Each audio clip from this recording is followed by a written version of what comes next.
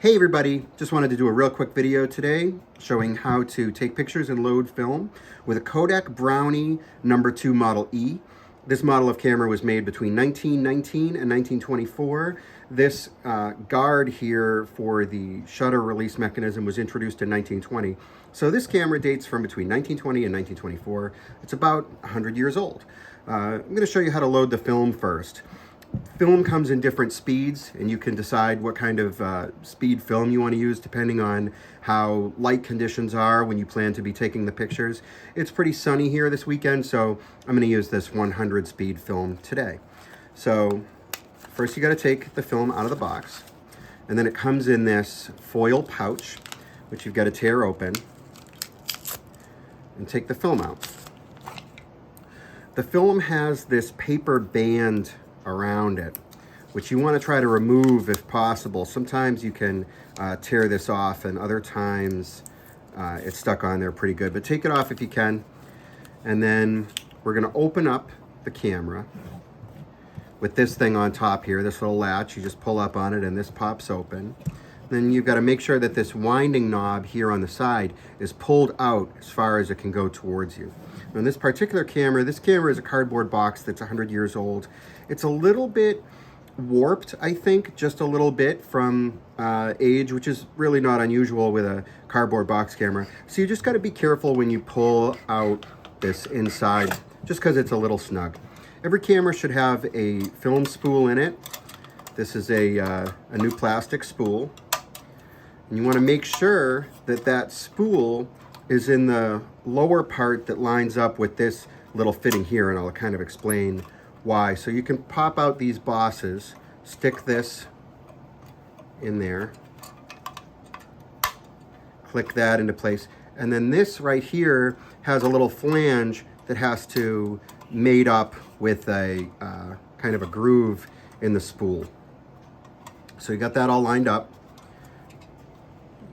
And then up in the top here, we're going to put the new film. Same deal, these little bosses will swing out, and then you can stick them in the spool ends. So you start to pull out this backing paper.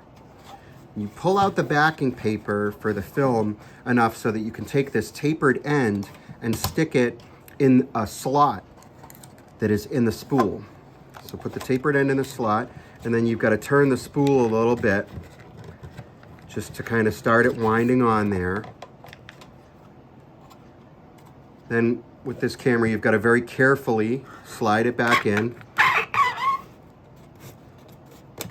And then you're going to want to turn this knob and push it in so that it will engage with the film spool, and you can see that it's starting to wind on that backing paper. So now on this camera, there's a kind of a flange that goes all the way around that mates with a groove that's on the back of the camera.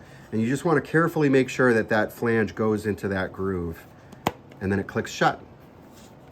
So I'm going to wind the film while I look through this film window here on the back.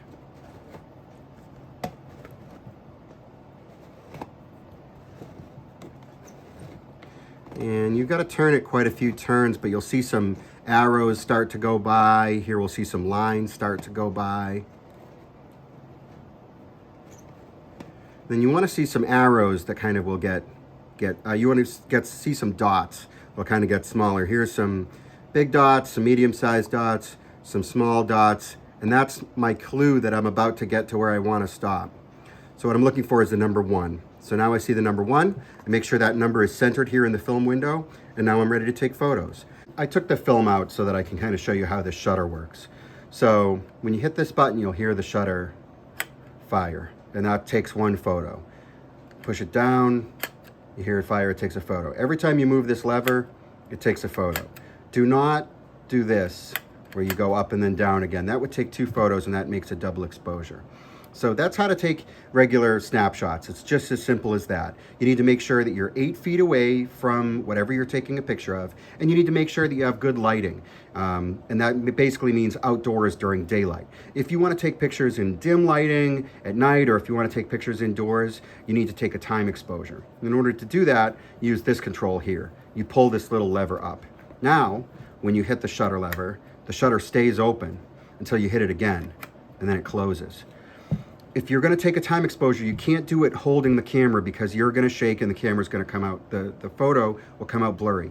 You have to put this on a table or a solid, steady support like that.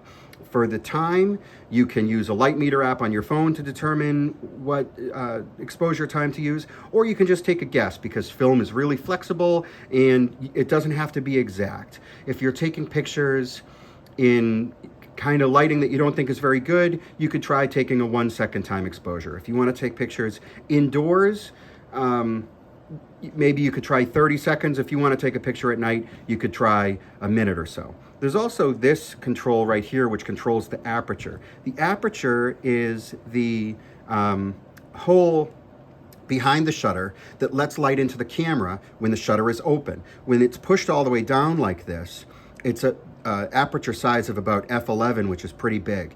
It has 3 different settings. If you pull it up, you'll feel it stop. When you pull it halfway out like this, that's about f16. You can also pull it all the way out for f22, which is really small. The smaller the aperture, the sharper the photograph will be, but the more light that you need to expose it. So if you're taking pictures in regular lighting conditions, you probably want this thing all the way down. If it's a really, really bright day, you can take it out to the f16 setting. And if you're taking pictures in snow or on the beach, then you could go with the really small aperture. And that's basically it. Now, to take the film out is very easy. After you've taken the 8th photograph, you just wind this knob. You just keep winding it and winding it and winding it. And you'll actually feel the film and the backing paper release from the spool, and it will all be wound on the spool down here. So then you just open the camera up, pull this lever out again, carefully slide this out,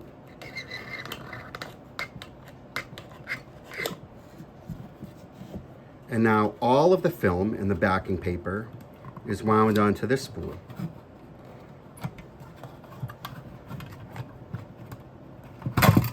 And there is there's this strip here. Depending on what kind of film you use, it might be self-adhesive or it might be lick and stick, but you just kind of fold this backing paper under and then wrap this around and seal it. And now this is ready to get developed. And you could just take the spool from this roll of film, put it down here, put more film in, put it back in the camera, and you're ready to go. Good luck and enjoy photography.